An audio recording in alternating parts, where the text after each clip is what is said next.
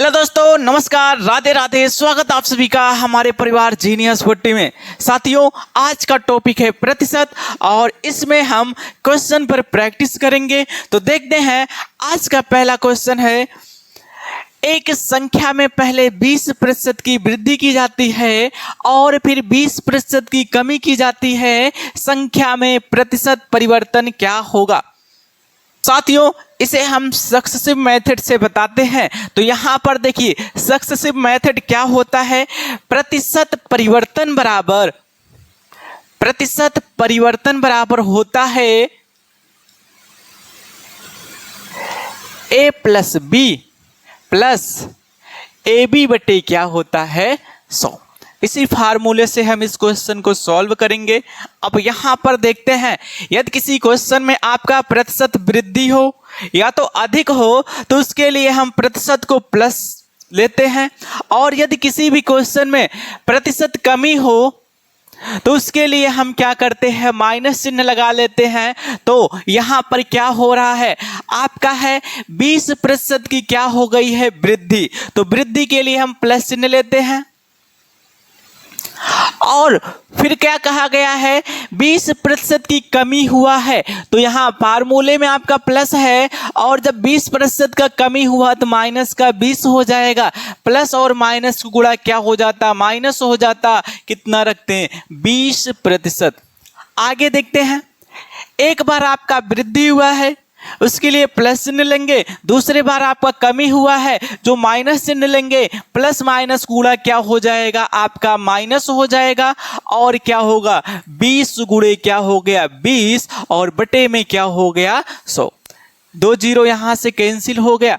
अगर 20 में से 20 घटेगा तो आपका ये 0 हो जाएगा। तो यहाँ से क्या निकल कर आया, माइनस का 4% की क्या हो जाएगी, कमी होगी।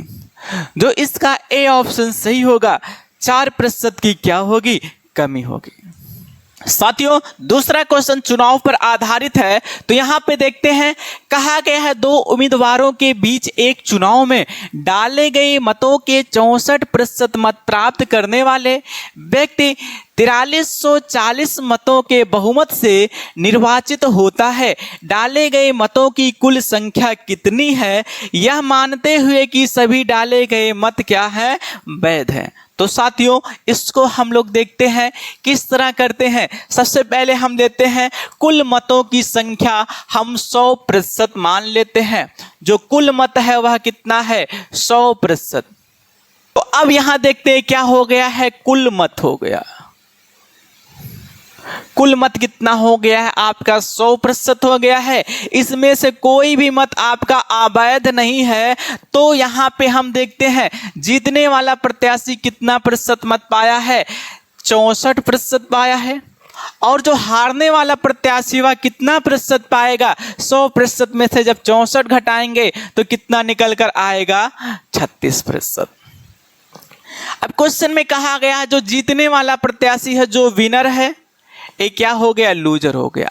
जो जीतने वाला प्रत्याशी है, हारने वाले प्रत्याशी से कितना मत अधिक पाया है, 4340 मत क्या किया है, अधिक पाया है। 4340 मत क्या किया है, हारने वाले प्रत्याशी से ज्यादा पाया है। अगर हम यहाँ पे देखते हैं, हारने वाले प्रत्याशी से कितना प्रतिशत अधिक है, तो आपका हो जाएगा 28%।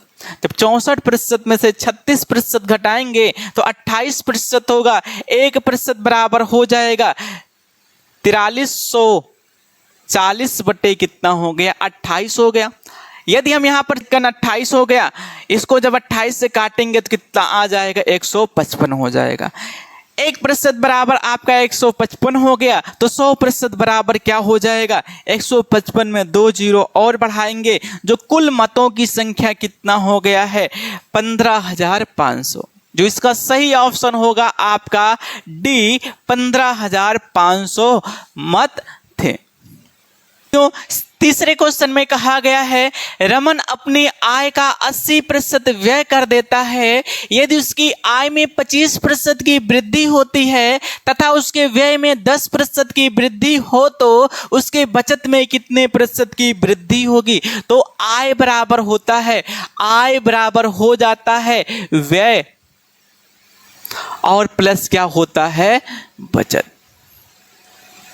आय बराबर होता है व्यय प्लस क्या हो जाता है, बचत। अब क्या कर रहा है, अपने आय का 80% व्यय करता है, खर्च करता है।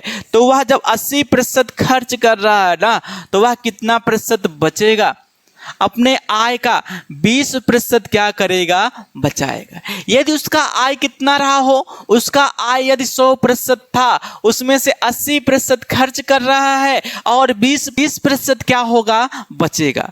अब आगे देखते हैं, हमारे क्या हो गया, 20 से काट देते हैं, 20 एक्कन 20 हो गया, 20 चौका 80 हो जाएगा और 20 पंचे कितना हो जाएगा, 100, जो क्या हो गया है 5 बराबर 4:1 हो गया है। क्वेश्चन में कहा अपने आय में 25% का वृद्धि करता है। तो जो आय है ना, आय में 25% का वृद्धि कर रहा है और अपने व्यय में 10% का वृद्धि करता है। तो पूछा गया है बचत में कितने प्रतिशत का वृद्धि होगा। तो माना बचत में x% का क्या होगा, वृद्धि। 25 से 5 में गुणा करेंगे, 25 पच्चे 125% हो गया, बराबर 10 का गुणा 4 में करेंगे कितना हो जाएगा, 40% हो जाएगा। यहाँ अगर हम देखते हैं प्लस कितना हो गया, x। 125 में से जब 40 घटाएंगे तो कितना हो जाएगा, 85% हो जाएगा।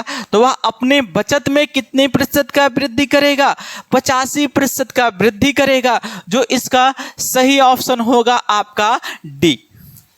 साथियों, चौथे क्वेश्चन में कहा गया है यदि एक निश्चित संख्या का 45% दूसरी संख्या के 6/5% के बराबर है तो संख्याओं का अनुपात क्या है। तो साथियों यहाँ लेते हैं एक संख्या का 45%, तो 45% को हम क्या लिखेंगे, 45 बटे कितना, 100, बराबर दूसरी जो संख्या है, दूसरी संख्या का क्या है, माना दूसरी संख्या b हो गया है, इसका बटे 5 के क्या है, बराबर है।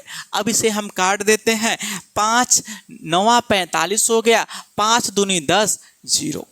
यहाँ से यदि हम देखते हैं 5 एक्कन 5 हो गया, 5 चौका 20 हो जाएगा, 3 त्रिक्का 9 हो गया, 3 दूनी कितना हो जाएगा, 6 हो जाएगा। तो आपका क्या हो गया, a बटे b बराबर हो जाएगा 4 का गुणा 2 में होगा, 4 दूनी 8 और बटे कितना हो जाएगा, 3 हो जाएगा।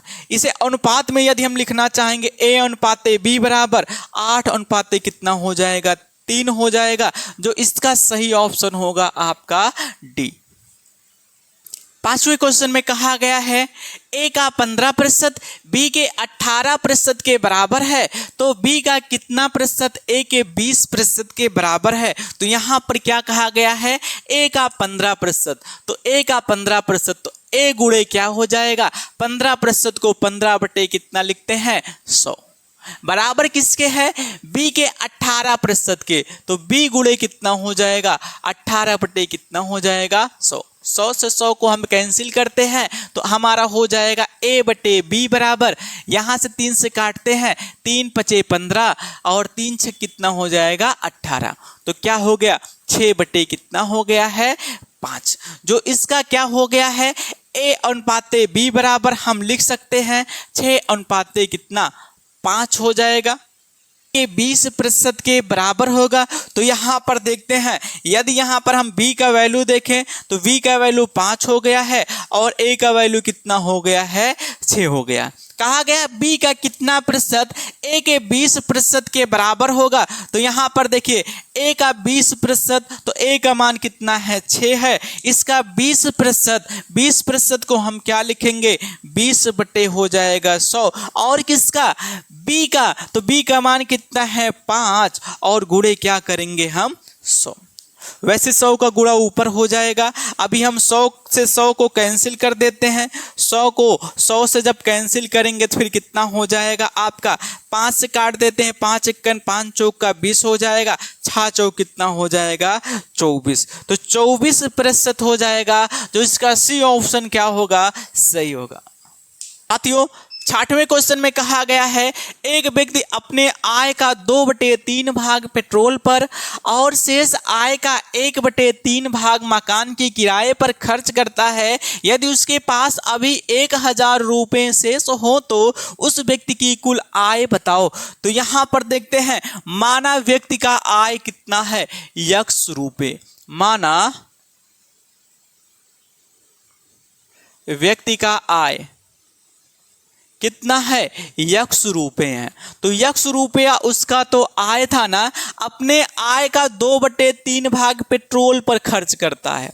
तो क्या करता है, 2/3 भाग खर्च करता है। तो कितना भाग बचेगा, एक में से क्या करते हैं 2/3 क्या करेंगे, घटाएंगे।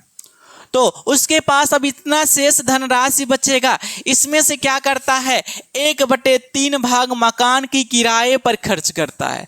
तो 1/3 भाग जब इसमें से 1/3 भाग मकान के किराए पर खर्च करता है ना, तो कितना भाग बचेगा, एक में से 1/3 भाग क्या करते हैं, घटा लेते हैं। उसके पास कुल कितने रुपए अभी बचे हुए थे, 1000 रुपये क्या थे, बचे हुए थे। इसको हम हल करते हैं तो कितना हो जाएगा, x हो जाएगा, गुणे 3 × 3 में से 2 घटेगा तो 1/3 हो जाएगा, गुणे 3 × 3 में से 1 घटेगा 2/3 हो जाएगा, बराबर कितना हो गया, 1000। अब इसे हम क्या कर देते हैं, काट देते हैं। 2 × 2 हो गया, 2 × 5 = 10, 0 0। तो x बराबर हो जाएगा 3 × 9 और 9 × कितना हो जाएगा, 45। तो हम यहाँ से यदि देखते हैं तो उस व्यक्ति का आय कितना निकल कर आ गया है, 4500 रुपये, जो इसका ए ऑप्शन क्या होगा, सही होगा। साथियों 7वें क्वेश्चन में कहा गया है किसी विद्यालय में लड़के तथा लड़कियां 3:2 के अनुपात में है। उस विद्यालय में 20% लड़कों तथा 25% लड़कियों को छात्रवृत्ति मिलती है। उन विद्यार्थियों का प्रतिशत बताओ जिन्हें छात्रवृत्ति नहीं मिलती। तो यहाँ पर आपको कुछ भी नहीं करना है। आपका क्या है, लड़के और लड़कियों का अनुपात दिया है। तो यहाँ पर क्या हो गए, लड़के हो गए हैं और यहाँ पर क्या हो गए हैं, लड़कियां। बराबर हम क्या कर सकते हैं, कुल विद्यार्थी। तो 3:2 के अनुपात में थे, 3:2 के अनुपात में थे। अगर कुल विद्यार्थियों की संख्या देखें, 3 में 2 जोड़ेंगे तो कितना निकल कर आएगा, 5 निकल कर आएगा। अब क्वेश्चन में क्या कहा गया है, लड़कों को 20% और लड़कियों को 25% की छात्रवृत्ति मिलती है। तो लड़कों को कितना मिला था, 20%। तो 20% से इसमें गुणा करते हैं। लड़कियों को 25% छात्रवृत्ति मिला था, तो 25% से इसमें गुणा करते हैं। कुल क्या आएगा, माना कितना हो गया, x%। गुणा करते हैं, 20 × 60% हो जाएगा और यहां से आपका निकल कर आएगा 25 दूनी 50 हो जाएगा, बराबर कितना हो गया है, 5x। इसको जोड़ते हैं तो कितना हो जाएगा, 110%, बराबर कितना हो गया, 5x। 5 × 5 दूनी 10, 5 दूनी 10। वैसे कक्षा में क्या है, 22% विद्यार्थियों को छात्रवृत्ति मिला था। तो कितने प्रतिशत को छात्रवृत्ति नहीं मिला है, तो छात्रवृत्ति ना मिलने वाले, ऐसे लिख देते हैं, छात्रवृत्ति ना मिलने वाले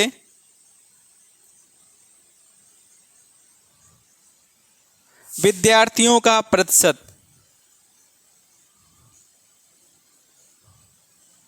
विद्यार्थियों का प्रतिशत। तो जब 22% छात्रों को छात्रवृत्ति मिल रहा है, तो 100 में से जब 22% हम घटाते हैं ना, तो कितना निकल कर आएगा, 78% ऐसे विद्यार्थी हैं जिनको छात्रवृत्ति नहीं मिलेगा। साथियों वीडियो जैसा भी लगा है कमेंट करके जरूर बताना, चैनल को सब्सक्राइब करना, बेल आइकन को क्लिक करना और शेयर करना मत भूलिएगा। मिलते हैं नेक्स्ट वीडियो में।